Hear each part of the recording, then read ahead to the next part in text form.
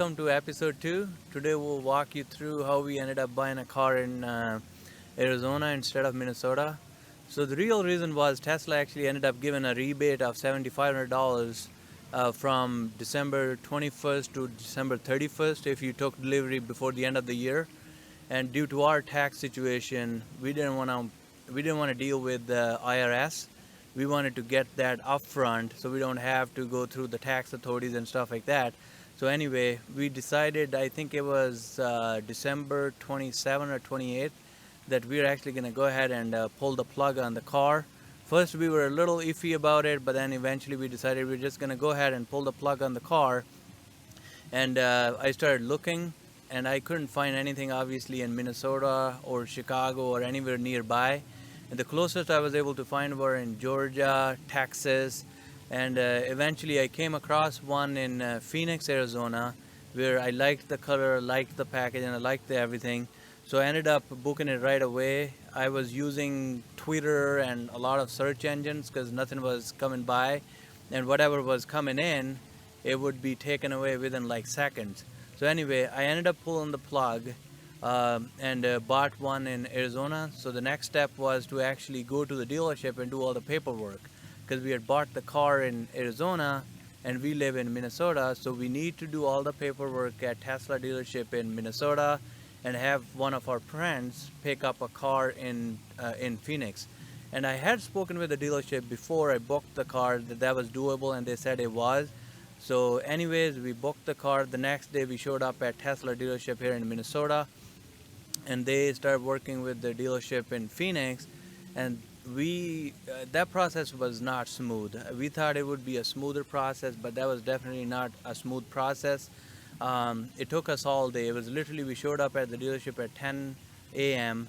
and we left the dealership, I think it was like what, 7 p.m. 7 p.m. or something.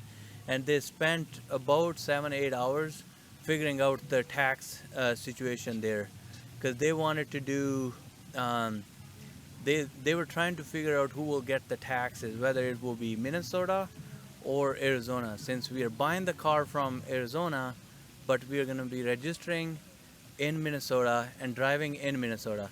So anyways, they were working amongst each other. The car dealer, in all fairness, the car dealership in Phoenix was not very responsive. They took most of the time. The car dealership, the Tesla car dealership in Minnesota, was very responsive, and they were actually trying to help, but their hands were tied because they had to get some okay from the dealership in Phoenix. So anyway, long story short, we ended up doing all the paperwork. So the purpose of this story is that you can do something like that. If you buy a car in a different state, you just have to work with your own dealership, and if they say that's okay, it's doable. Now, if you're lucky, the dealership in your host city will be efficient and they can do the paperwork quicker, or not. In our case, like Phoenix, it took forever.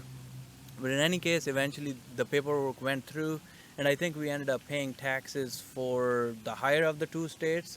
I'm not sure if it was Arizona or Minnesota, but one or the other. We didn't pay taxes in both. We ended up paying in just one, whichever had the highest taxes. And then they were going to split or something. But anyway, the car purchase went through, and then the next hurdle was to find somebody who could pick up the car before December 31st, because we had to pick it up before December 31st. So luckily we had a friend who owned a Tesla. Well, luckily Robin had a friend who owned a Tesla, and we ended up talking to him, and he picked up the car right before December 31st, and we were able to claim that credit. And now we'll get into the likes and dislikes during our trip, and the things that we recommend and things we do not recommend.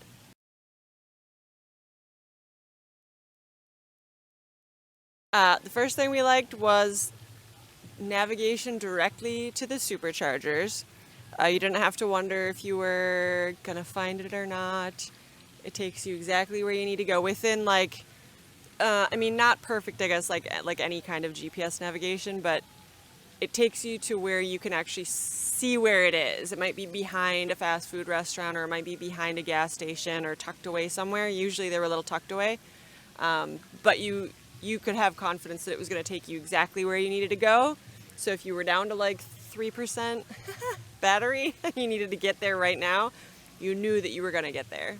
You didn't have to guess. So Well, that was a good one. it definitely takes the anxiety away because, yeah, usually it would be left to like 8%, 10%, and if it took you to a location where you didn't have confidence that you will actually be able to find a charger, I mean that would be catastrophic, right? I mean you're stuck there. So it was actually really good. If it was in a hotel parking lot or Applebee's or wherever it was, it would take you there and you could physically see and you could drive out there. So I think it was very reliable, I would say, the location part of it. The traffic awareness cruise control, I think it worked really good. The traffic awareness cruise control is my favorite feature. Actually, you set the speed on the car, you tell it what the speed limit is, tell it what the tolerance is. If, for example, the speed limit is 70, I'll set the tolerance at 75, it will drive at 75, and there are cars in front of it, it will actually slow down. It will just adjust the speed per the car in front of it. And if the car stopped, Tesla will stop. And when the car drives, it will start driving. And then the other feature, the autopilot or the auto steer, works really great. We tested in snow, we tested in fog, rain, sunny. It worked in all weather conditions. So I think I would really give Tesla a plus for that. They worked really hard on that one. It didn't work in the snow, though. I mean, if it's If you the can roads, see the lanes, it'll if work. the roads are covered with snow and it cannot see the lanes, obviously it's not going to work. But even in a snowy condition, if the roads are clear, that it can see the markings, the lane markings, it will work really good.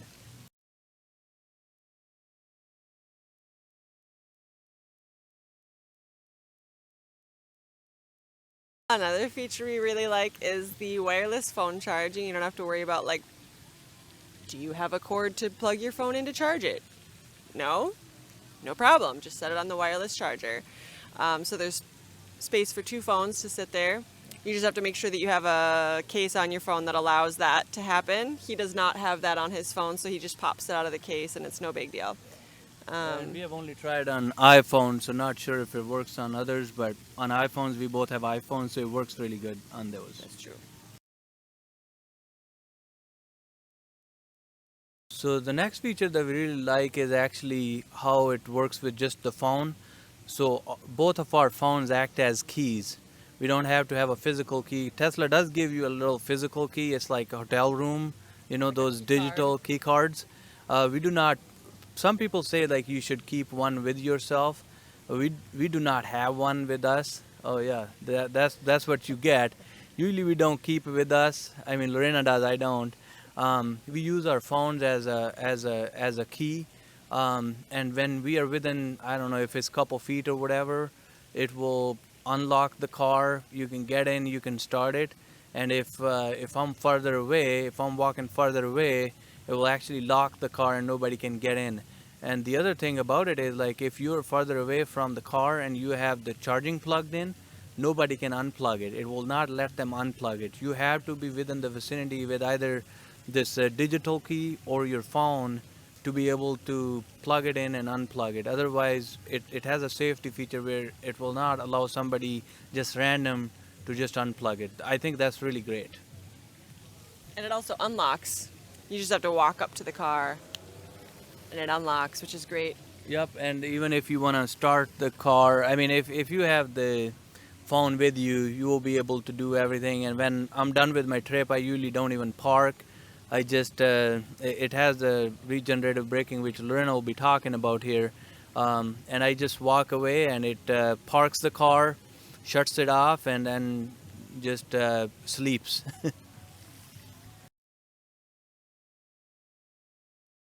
The next feature that we like is regenerative braking, which basically conserves battery life. So instead of, what is it? You can set your driver profile to determine whether you want the brake pedal to act like a normal car brake Yeah, pedal. you want, like, hard braking, or you want the regenerative braking. Yeah, so regenerative braking is as soon as you take your foot off the pedal, it just stops moving as you take your foot off the pedal instead of having to quick switch from gas to slowly pushing on the brake. So as soon as you start easing off the gas pedal, or the go pedal, I guess, it's not gas. So as soon as you take your foot off that pedal, it starts regenerative braking, which feeds energy back into the battery. So you can actually go longer without charging that way, which is really cool. Well, and whenever I drive the car, I literally 99% of the time, this regenerative braking is what works for me. I don't even push on the hard brake. It's just the regenerative braking. So as soon as you take the foot off of I'm just gonna call it a gas pedal. It's not a gas pedal. As soon as you take a foot off of that, it basically stops the car. And one great feature about it is that if you are driving downhill or you're just stopping at a stoplight, it's actually putting the energy back into the battery. So when you are driving, it's using the energy. When you are braking and slowing down, it's putting some energy back. So it increases the battery efficiency. You get more miles with the regenerative braking. It does give you an option if you want to use it or not. We use it. We like it a lot. Some people like hard braking. That's fine, but we use it and like it quite a bit.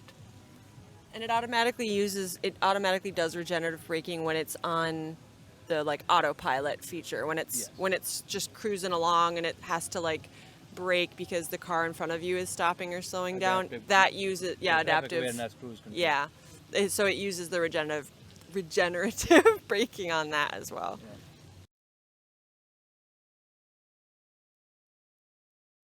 Yeah, and the next feature, if you're taking a long road trip, obviously you want to have a peace of mind that you can find the charging stations along the route that you're taking to your destination, and they're going to be where they need to be.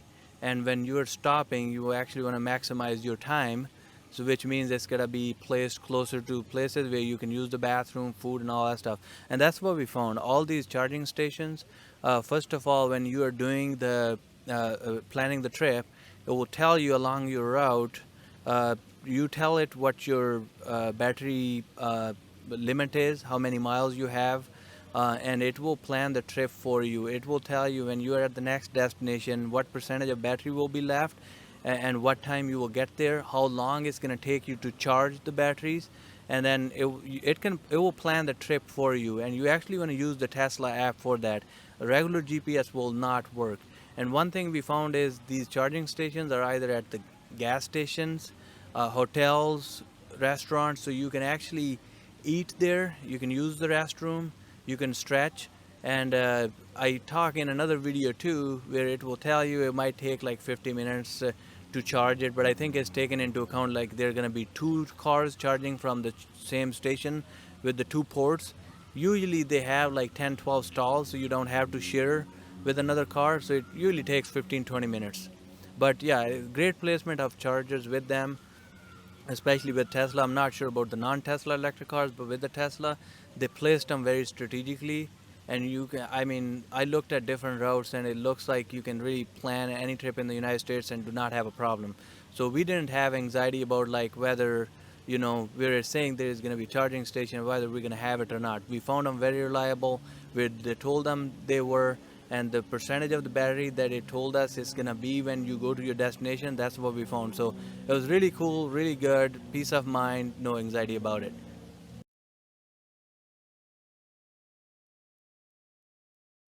Now that we've covered the pros, and we'll probably discover more pros actually as we keep using the car.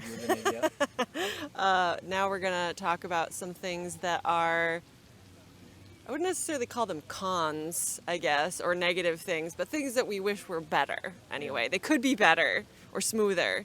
So that's what we're going to cover now.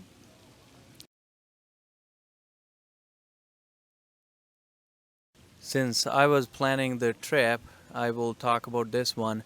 I think one thing it's also a pro and a con. Pro in a sense that when you give it a destination, it will tell you where you need to stop for how long and where the next supercharging station is. So that's really good. No, one thing, and I'm not sure if it was a glitch or what it was, one thing I found is, and I'll give you an example, when we were in Albuquerque, New Mexico, and I told it like, okay, we need to go to Minnesota, it gave me a destination through Colorado, Nebraska, Kansas, and then to Iowa. And then and then we slept. Obviously, we stayed in Albuquerque. The next morning, I plugged in the same exact destination, and it changed the route on me. I mean, then it was like through Panhandle, Texas, Oklahoma, Kansas, and Iowa, Missouri, and Iowa. So it just gives you a little bit of an anxiety, because the night before I had planned in my head where we need to stop, what we need to do, for how long, and maybe we'll see some friends along the way and all that stuff. But the next morning, I'm not sure what caused it, but it was a totally different route. Now it worked out in our favor, because we got a call from Robin saying the route that it was given us the night before, it Robin is my dad. um, it actually was there was a bad weather condition there, so we had to take this route anyway. It worked out good, but it can give you an anxiety that why does it keep changing on you. You planned in your head, this is the route that you're taking, this is where you're stopping, and the next morning you wake up, you enter the address, and now it's different. So it could give you an anxiety. So I think they need to be I would say they need to be consistent. And we're also not sure if that has if it accounts for like the weather changing, like because there was a big snowstorm coming through the upper Midwest while we were going to be coming through. So we don't know if it adjusts for, since the battery life doesn't last as long in cold weather, we don't know if it was adjusting to that, or it also may have been changing because we were checking one route the night before, and then the next morning we would go and charge it up. So it would give us different stations along the way according to having more mileage and more battery.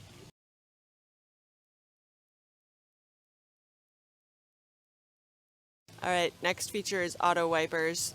They are supposed to automatically turn on as soon as any kind of water gets on your windshield. And we drove through plenty of rain, plenty of snow, and it took a little bit for them to kick in. To the point where most of the time I don't think we were even waiting for them to like turn on by themselves. We were just going to turn it on. Turning them on. Yeah, so that's one thing that could be better. So yeah, I mean, not a big deal, but could be better.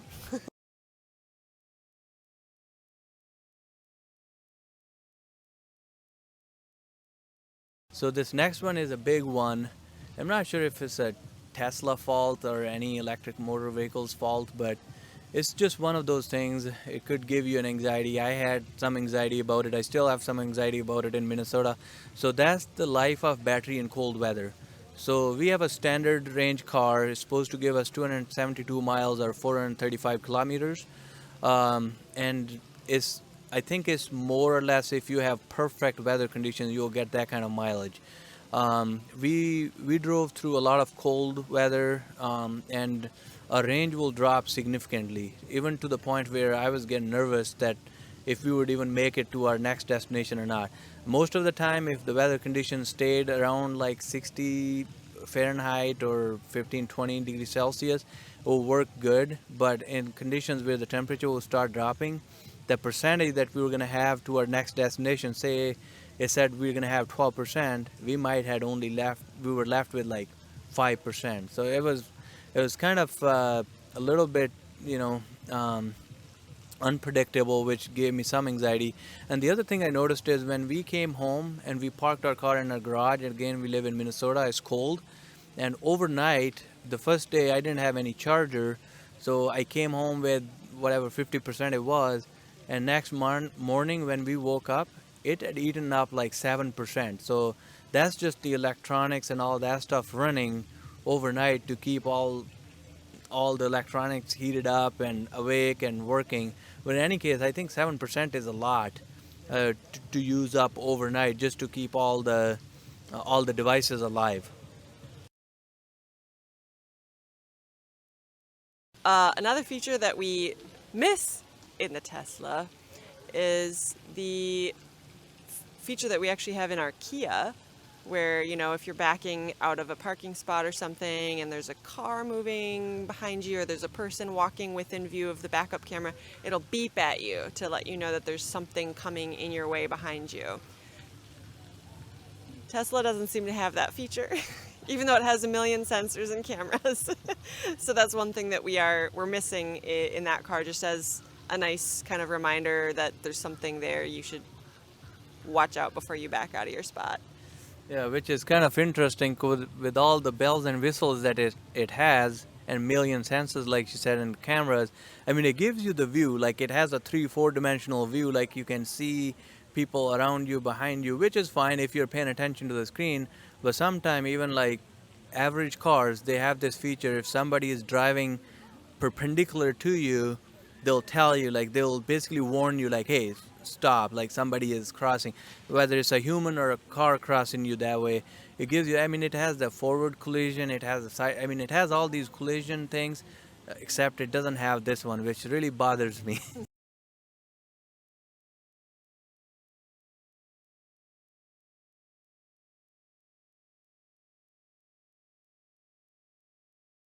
Uh, the next thing which kind of bothered me was this autopilot feature. When you have car in the autopilot feature, it's actually a safety feature. Obviously, it's great that you gotta keep your hand on the wheel, or it wants you to just steer it a little bit to make sure that you are awake, and it shows up every like 30 seconds or so.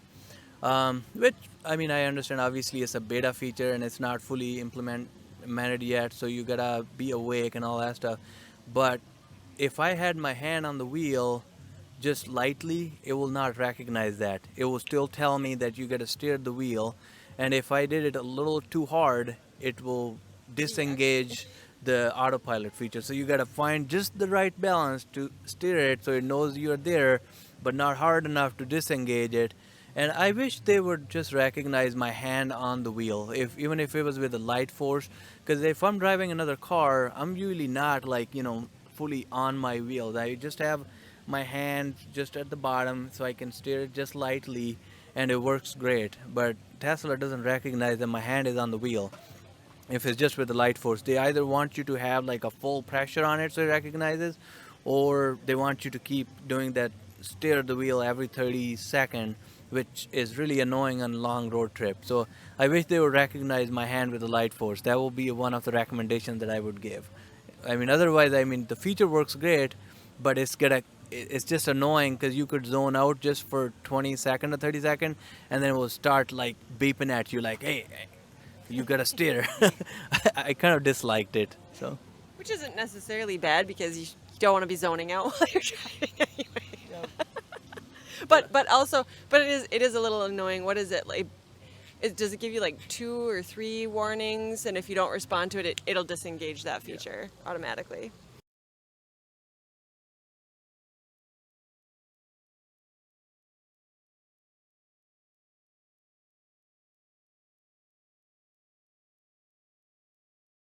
All right, so the second to last feature that we think could be better is the autopilot feature.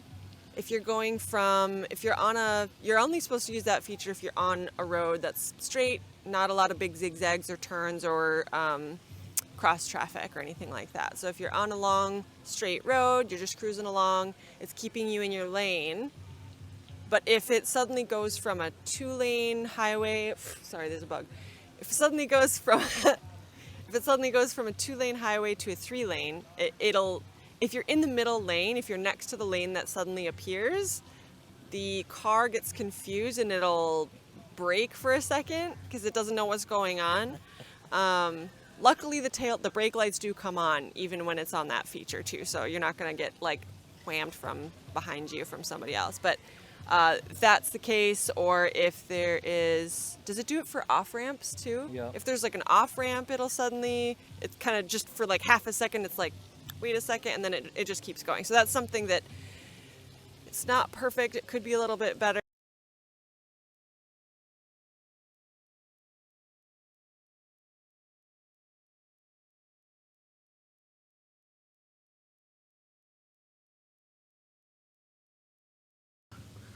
no, one last feature that we think it can be improved is when people use their phone as a car key.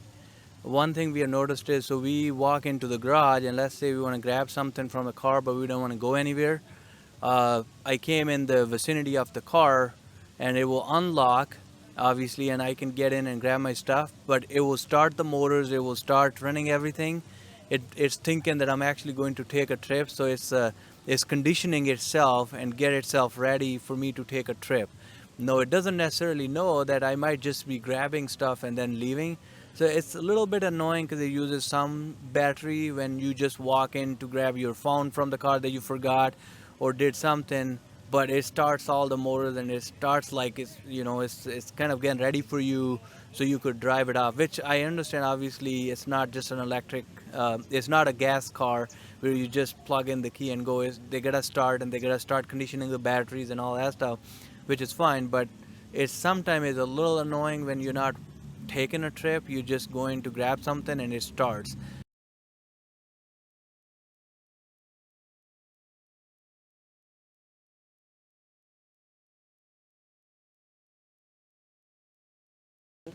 Another feature that I really like is, what is it called? Sentry mode, Yeah.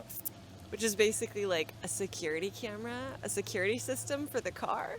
So it has like, if somebody's snooping around your car and you're sitting inside a restaurant or something, somebody's out in the parking lot snooping around, you can turn on, you can like look at what's happening through the cameras on the outside of the car, take a good look at what's happening. The car will actually record the video as well if it gets like triggered by motion sensing, whatever.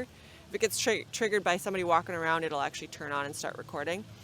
But my favorite part of that is the fact that you can tap a little microphone, and inside the car on the console, it will like, you can talk to the person. If there's somebody trying to break into your car or something, you can talk to them and say like, hey, get away from my car. You can also like set off the alarm, obviously, like you can do all that, but it's kind of cool that you can actually see what's happening and you can like say stuff to scare the person away. And I think that's cool. And Lorena is easily amused. She has set her blinkers so every time she turns left or right, they fart. So she she is easily amused. And you can fart at people snooping around your car too on the outside. You can push a button and it'll rip a loud one. Anyway, I think the video got a little too long, but hopefully you guys enjoyed it. If you guys liked it, give it a thumbs up. Thank you for watching.